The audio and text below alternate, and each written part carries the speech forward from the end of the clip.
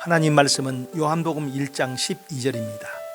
영접하는 자, 곧 그 이름을 믿는 자들에게는 하나님의 자녀가 되는 권세를 주셨으니. 서울의 중곡동에서 지낼 때에 시간이 나면 올라가던 산이 아차산입니다. 아차산에서 온달 장군이 전사한 것으로 알려져 있습니다.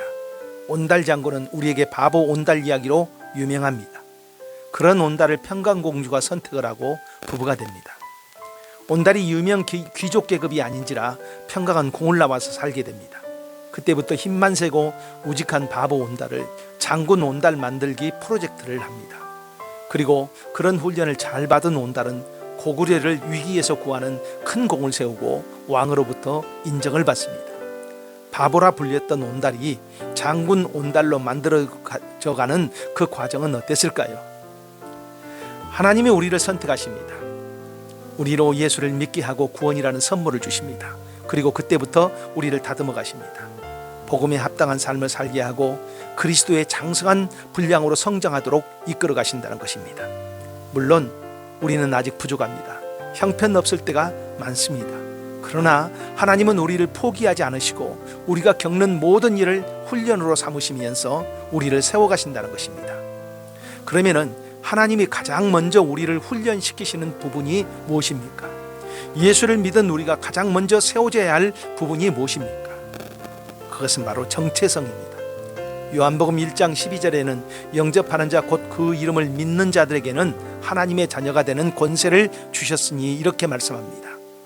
하나님의 자녀라는 말은 단순히 하나님을 아버지라 부른다는 의미가 아니라 하나님의 보호와 사랑을 분명하게 받고 살아가는 존재를 말합니다.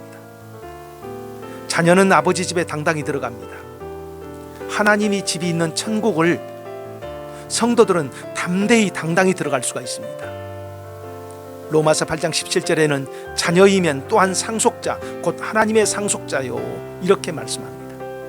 히브리서 4장 16절에는 그러므로 우리는 긍휼하심을 받고 때를 따라 돕는 은혜를 얻기 위하여 은혜의 보좌 앞에 담대히 나아갈 것이니라 말씀합니다. 이것은 성경을 통하여서 하나님이 예수를 믿는 사람에게 약속하신 것입니다. 이것은 인간의 공로나 수고를 통하여 주신 것이 아니라 예수님의 십자가의 공로로 인하여서 우리에게 주어진 위대한 하나님의 선물입니다. 그런데 사단은 이 선물을 펼쳐보지 못하게 합니다. 지난날의 죄의 기억이나 현재 바로 서지 못하는 내 수준에만 집중하게 하여서 죄책감을 갖게 하고 그리고 스스로 좌절하게 만든다는 것입니다. 하나님이 우리에게 주신 신분을 그리고 그 신분과 함께 주신 그 권세를 바라보지 못하게 하는 것입니다. 그래서 하나님의 자녀들이 무미한 삶과 아울러 무기력한 인생으로 살기를 사단은 원하고 있습니다. 그러면 우리가 이런 사단의 계략을 무너뜨리고 신앙인으로서 우리의 정체성을 바로 하는 비결은 무엇입니까? 첫 번째, 하나님의 말씀을 통하여 확인하고 또 확신하는 것입니다.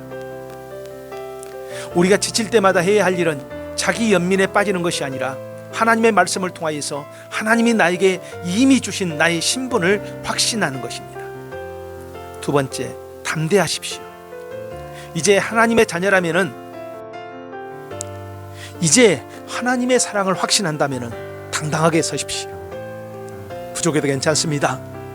부족함이 드러날 때마다 그러기에 나를 의지하는 것이 아니라 나를 구원하신 주님을 의지합니다. 그렇게 믿음을 고백하면서 주님만을 신뢰하십시오. 하나님이 우리를 부르셨습니다. 나를 부르신 하나님은 나를 절대로 포기하지 않으십니다. 오늘 또 이 하나님의 일하심을 굳게 붙잡고 일어서십시오. 기도합니다. 하나님, 나를 하나님의 자녀로 삼아주심을 감사합니다.